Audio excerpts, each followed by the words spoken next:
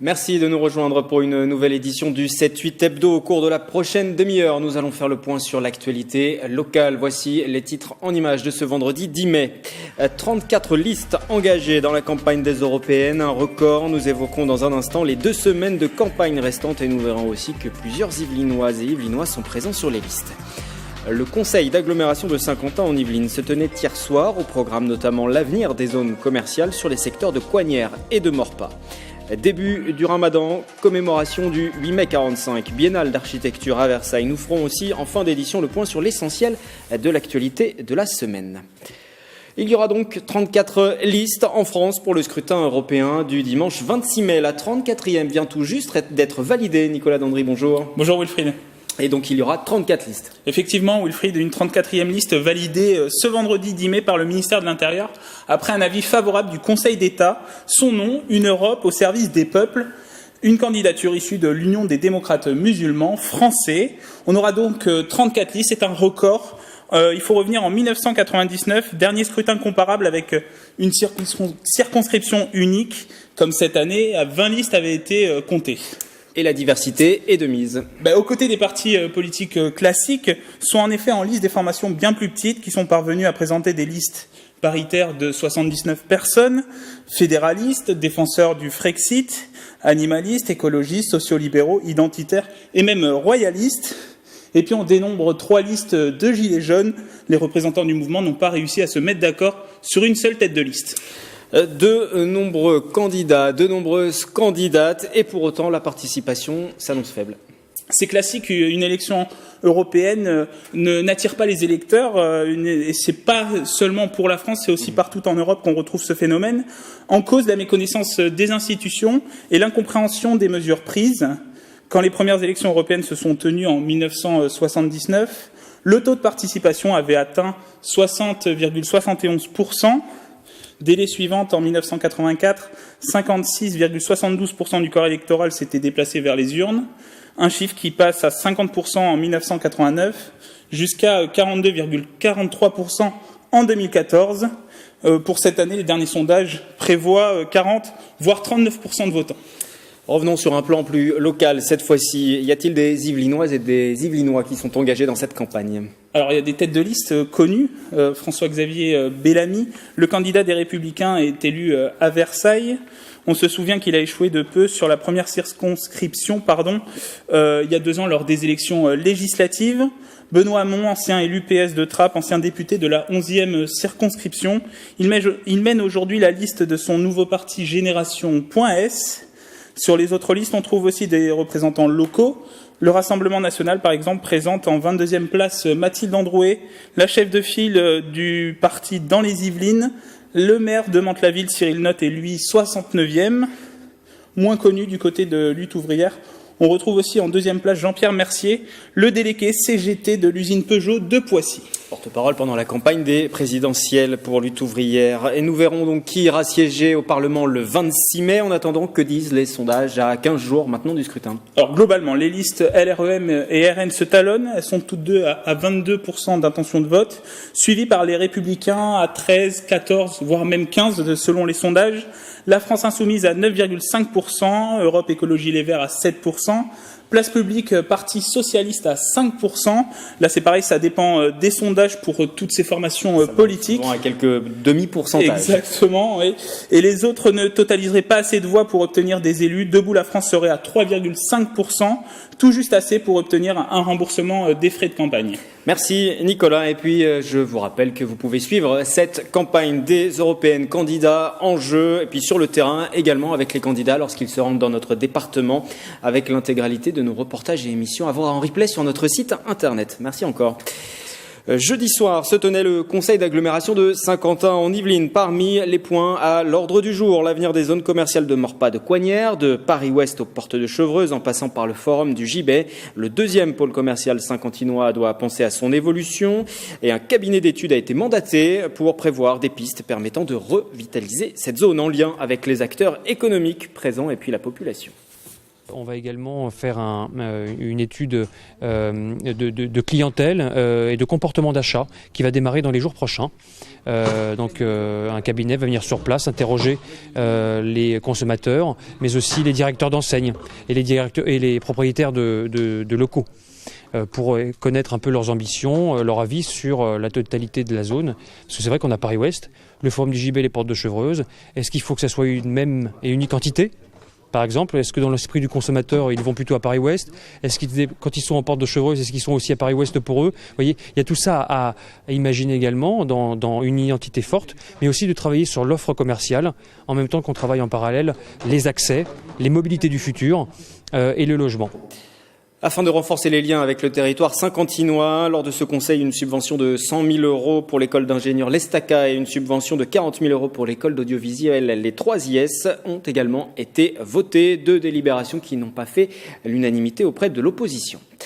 Dans le reste de l'actualité politique locale, c'est ce dimanche matin que Guyancourt connaîtra le nom de son nouveau maire, le 3e depuis le début du mandat, après la démission de François Deligné pour préparer l'avenir, celle de Marie-Christine Le Tarnec pour des raisons de santé. Le conseil municipal va se retrouver pour désigner celui qui revêtira l'écharpe tricolore. Cette semaine, pour notre rubrique « Ça s'est passé », retour en 2016 lors justement de l'arrivée à la tête de cette ville de Guyancourt de Marie-Christine Le Tarnec.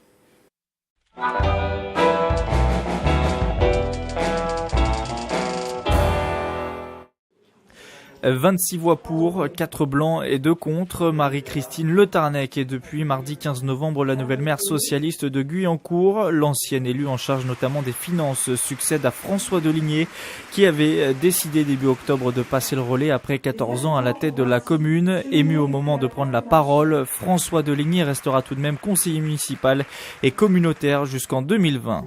Mes premiers mots, c'est pour dire que j'ai effectivement beaucoup d'émotions. C'est un passage de relais qui se passe bien. Comme je l'avais dit, je reste dans l'équipe, je resterai aussi conseiller communautaire. Mais vous le voyez, Marie-Christine mènera le projet de ville avec une équipe dynamique. Je serai jusqu'à 2020 dans cette équipe.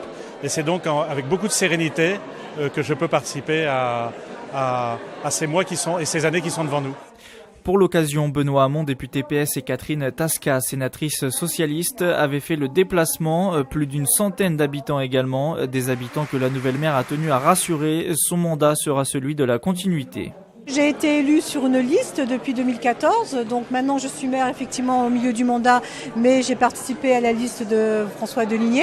On a été élu pour un mandat effectivement de 6 ans avec un projet de ville et je vais respecter les engagements qui ont été pris devant les Guyancourtois et on va les tenir. L'opposition municipale, elle a tenu à saluer l'engagement de François Deligné durant 14 ans. L'élection d'un nouveau maire signifie également de nouvelles relations avec la majorité. C'est évident que cette démission doit aussi nous permettre de relancer les échanges, de relancer les discussions avec l'exécutif. Je proposerai à Marie-Christine Le Tarnec peut-être de se voir afin de pouvoir discuter en effet des 4 années qui viendront. Jusqu'en 2020, Marie-Christine Le Tarnec devra également composer avec quelques remous au sein de sa majorité municipale. Les 4 élus écologistes n'ont ainsi pas pris part au vote lors de son élection.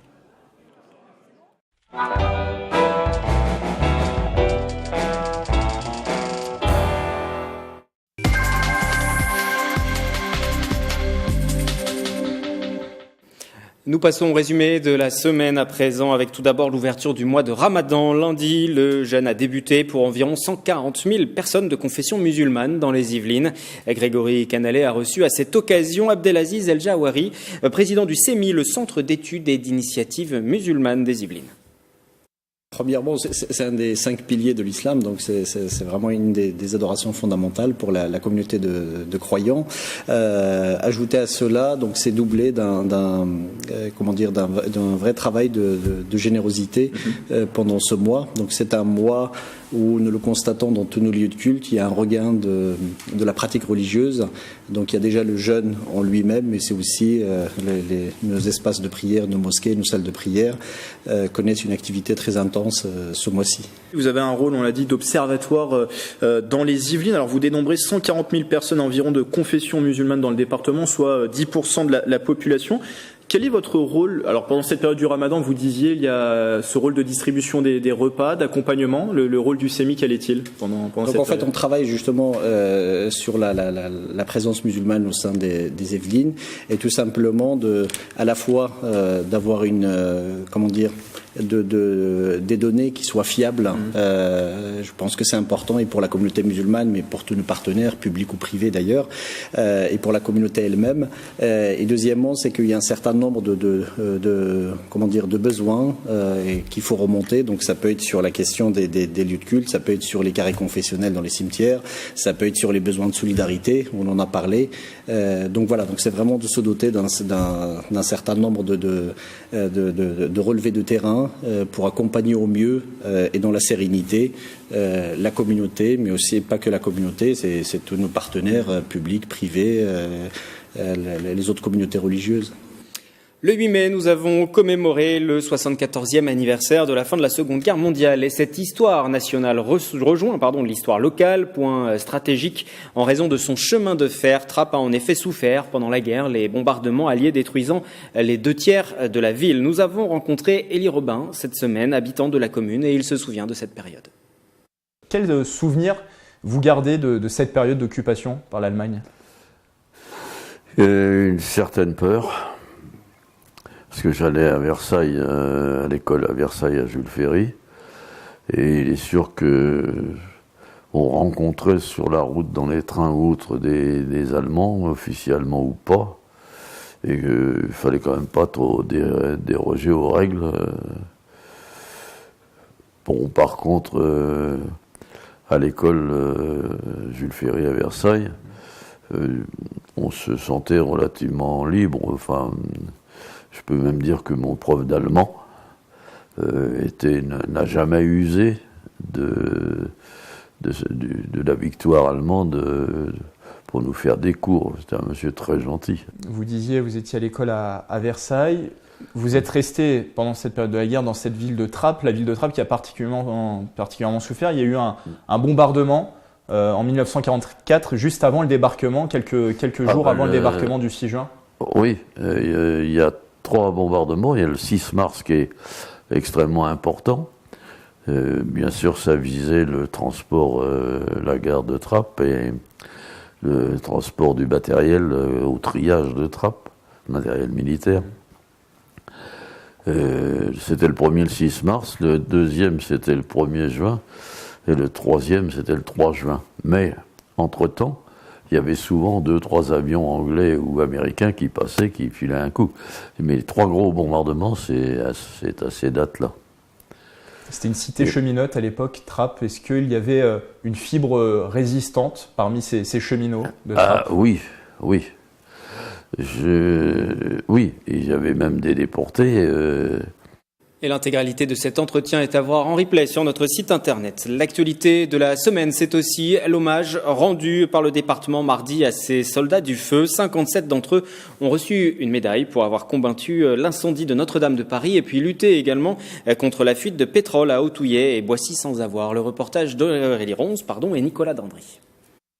Des sapeurs-pompiers yvelinois distingués pour leurs récentes actions, notamment pour avoir aidé à sauver le beffroi nord de Notre-Dame de Paris. Il y a quelques années, le conseil départemental des Yvelines avait fait l'acquisition de 2 bras élévateurs de 46 mètres de haut, une aide précieuse le 15 avril dernier dans la capitale. Dire notre fierté et dire aux Yvelinois, vous pouvez être fiers, votre argent a été bien utilisé, ça a coûté par Yvelinois 70 centimes d'euros. Voyez cet argent, heureusement qu'on l'a dépensé. 57 sapeurs-pompiers yvelinois ont reçu une médaille, c'est le cas de l'adjudant Steve Venot. Il est resté plus de 7 heures dans une nacelle pour lutter contre l'incendie de Notre-Dame de Paris. On a eu une action plus qu'efficace ce soir-là, donc on est assez fiers déjà d'avoir intervenu, parce que dans une carrière de pompier, je pense qu'on ne fera pas d'intervention majeure aussi importante assez souvent. On est fiers aussi d'avoir préservé cette structure, ce bâtiment, car ça fait partie de notre histoire. C'est un peu demain imaginer Versailles sans son château, on ne l'imagine pas. Lors de cette cérémonie, un hommage a également été rendu aux sapeurs-pompiers mobilisés le 25 février dernier lors de la rupture du pipeline à Autouillet, Boissy-sans-Avoir. J'ai été engagé l'après-midi effectivement pour coordonner les opérations de pompage suite à la rupture du pipeline. Et ça fait 40 ans que je suis sapeur-pompier, c'est la première fois que j'intervenais sur une rupture de pipeline. Oui. Très fier pour le centre de secours et puis très fier à titre personnel, bien sûr, c'est toujours une fierté de recevoir une médaille. Au total, près de 4000 personnes au sein du service départemental d'incendie et de secours œuvrent au quotidien pour la sécurité des Yvelinois. Souhaitez-vous le maintien de la prison en centre-ville? C'est la question posée par Poissy à ses habitants. La ville a lancé jeudi une consultation citoyenne sur la maison centrale. Ce sera du 1er au 16 juin. Fin mars, souvenez-vous, une partie du mur d'enceinte extérieure s'effondrait, relançant le débat sur la vétusté du site. Michael Elmidoro. La prison de Poissy sera-t-elle déplacée? Une consultation citoyenne numérique va être lancée le samedi 1er juin par la mairie pour connaître l'avis des habitants. Une décision qui fait écho à l'effondrement survenu le 28 mars dernier d'une partie du mur d'enceinte de la prison. Notre prison est édifiée ici depuis 1821, ça fait presque 200 ans. Je ne parle même pas auparavant avec le couvent des Ursulines dans les années 1650. Elle a l'âge de ses artères et elle est de plus en plus dangereuse pour les administrés. Ils ne sont pas à l'abri d'un mur qui s'écroule. Nous souhaitons aller plus loin et je souhaite consulter les Pissiacais pour savoir si, comme nous, ils souhaitent ou non le maintien de la maison centrale en centre-ville. Pour donner leur avis, les habitants de la commune devront télécharger une application sur leur smartphone ou sur leur tablette. Le dispositif sera également accessible dans les maisons de quartier. Le vote sera quant à lui anonyme et unique. Il y aura 3 réponses possibles. Oui, non ou vote blanc. Et nous avons fait appel à un organisme sécurisé proposé par notre partenaire Orange pour pouvoir rassembler l'ensemble des votes en toute confidentialité, qui est une personne qui puisse voter à la fois, évidemment.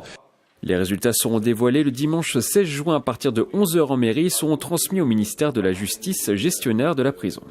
Il est évident que si les Pissiacaises et les Pissiacais allaient dans le sens d'un non-maintien, donc d'un transfert de la prison ailleurs que dans le centre-ville, ça nous donnerait plus de poids et, je ne veux pas dire de pression, mais plus de poids et plus d'arguments encore pour valider ce que nous souhaitons depuis des années ici à Poissy. Selon l'élu, le déplacement de la prison sur un autre secteur de la ville coûterait près de 80 millions d'euros contre 60 millions pour une rénovation promise par l'État. Pour la remplacer, différents projets sont à l'étude comme un musée ou des espaces verts. Nous passons à l'actualité culturelle et la première biennale d'architecture à Versailles, architecture et paysage, se poursuit. Expositions, manifestations vont rythmer l'événement jusqu'au 13 juillet dans plusieurs lieux de la ville. Le potager du roi, par exemple, a ouvert ses portes. Aurélie Ronze. Très joli et aussi très grand. 9 hectares de fruits, de légumes ou encore d'herbes aromatiques. Situé en plein cœur du centre historique de Versailles, le potager du roi a été construit par Jean-Baptiste de la Quintigny à la demande du roi Louis XIV qui était féru de jardinage. Il est classé monument historique et jardin remarquable. J'imaginais pas que ce soit aussi grand, c'est assez respectueux je trouve, ça a gardé quand même l'esprit naturel et puis c'est sympa qu'il y ait des petits bancs, des petites chaises. C'est un lieu que j'aime bien, où je viens parfois acheter des légumes, parce qu'ils produisent aussi des légumes. Et puis c'est quand même nos ancêtres qui ont mis ce potager au point. Habituellement fermé au public, ce lieu confidentiel ouvre gratuitement ses portes à l'occasion d'Esprit Jardin. Cette année, le potager du roi fait également partie de la programmation de la première biennale d'architecture et de paysage de Versailles. L'idée, c'est de mettre en valeur la relation entre la ville et la production alimentaire. La ville doit être, pour exister, alimentée que ce soit en produits alimentaire, mais aussi en idées, en construction, en énergie. Et donc c'est ça qu'on essaie de mettre en valeur aujourd'hui. Et si avec le temps capricieux, vous n'avez pas pu tout découvrir sur la production de ces fruits et légumes qui firent la renommée de la table du roi Soleil, sachez que jusqu'à mi-juillet, plusieurs visites sont organisées. La biennale d'architecture qui s'articule autour de 3 grandes thématiques ayant chacune sa journée dédiée, la ville créative, la ville résiliente et la ville fertile. En dehors des débats, de nombreuses expositions sont aussi à visiter, parmi lesquelles Versailles, architecture rêvée 760-1815 qui présente un rassemblement inédit de projets d'architecture élaborés entre les 16e et 19e siècles pour le château et ses jardins. Programme complet de la manifestation sur bap-idf.com. Une autre idée de sortie culturelle à présent pour ce week-end. Le village des futurs insolites, le 11 mai à la Commanderie à Elancourt. Les Saint-Quentinois, auteurs d'une invention, pourront la présenter au public. Écoutez Flora Toutet, responsable de l'atelier des sciences. Elle était l'invitée du 7-8 loisirs cette semaine. Pour la première fois à la Commanderie, nous organisons donc le village des futurs insolites. Donc il réunit à la fois des associations, des start-up, des particuliers, des inventeurs bien sûr, mais également des artistes qui présenteront donc des inventions mais aussi des objets fabriqués. Le but est de valoriser les talents, la créativité, l'ingéniosité, l'inventivité, de montrer qu'à tout âge et dans tous les domaines, on peut être acteur de l'innovation et des inventions. Donc pour cela, nous proposons samedi prochain à la Commanderie différentes animations. Donc il y aura des stands avec des manipulations, des expériences, des rencontres vraiment des start-up, des associations. C'est pour tous les âges, ça va des enfants jusqu'à une conférence pour les adultes, c'est ça ? Voilà, tout à fait. Donc dès 3 ans, vous pourrez avec vos enfants manipuler des objets pour inventer les objets du futur, voir l'habitat du futur avec le musée de la ville, mais également participer à des ateliers autour de l'Arduino, donc des cartes programmables avec Planète Science, regarder des robots classer des atomes. Vous pourrez également vraiment aller à la rencontre d'inventeurs médaillés de grands salons. Vous pourrez aussi piloter une œuvre par la pensée avec Mafloé Pasdoé. Loisirs toujours pour continuer cette édition et direction Vélizy 2 qui a connu ces derniers mois quelques changements. Le centre commercial yvelinois a vu arriver un nouveau cinéma et un espace entièrement repensé dédié à la restauration et aux loisirs. Une extension de 20 000 mètres carrés dont les contours nous sont présentés par Mickaël Elmidoro. La nouvelle extension de Vélizy 2 est terminée. Après l'ouverture début mars de son nouveau cinéma, le centre commercial a inauguré quelques jours plus tard une halle gourmande. Au total, 23 restaurants pour manger sur place ou sur le pouce se sont implantés dans ce nouvel espace de 5000 mètres carrés. Il y avait de fortes attentes de notre clientèle pour avoir plus d'offres de restauration. C'était une demande depuis des années parce qu'on a quand même 50 000 salariés qui travaillent ici tous les jours à proximité. Donc le midi forcément, mais également le week-end parce que nos pics d'activité sont le samedi et maintenant le dimanche. Et on a une clientèle qui souhaite se restaurer le midi, le soir avant d'aller au cinéma. Et on avait un besoin important, on avait 17 points de restauration, donc là on passe à 40. En parallèle de la restauration, les gérants misent également sur les loisirs. Ici, cette salle d'arcade en réalité virtuelle propose de vous immerger dans un monde 2.0. Donc vous voyez derrière moi, vous avez différentes stations délimitées. Chaque client est équipé d'un casque et de 2 manettes, reproduisant le mouvement des mains. Et grâce à ça, il va se plonger dans le monde de son choix, seul ou à plusieurs. Donc ça peut être simplement de l'exploration, si vous voulez visiter une ville dans le monde, n'importe où dans le monde. Si vous voulez jouer à différentes choses, vous voulez faire de l'escalade sur la baie d'Along au Vietnam, ou sur les parois rocheuses des Alpes, dans des paysages magnifiques, vous pouvez. Pour cette nouvelle extension, les propriétaires ont dû mettre près de 140 millions d'euros sur la table. Au total, plus de 300 emplois ont été créés.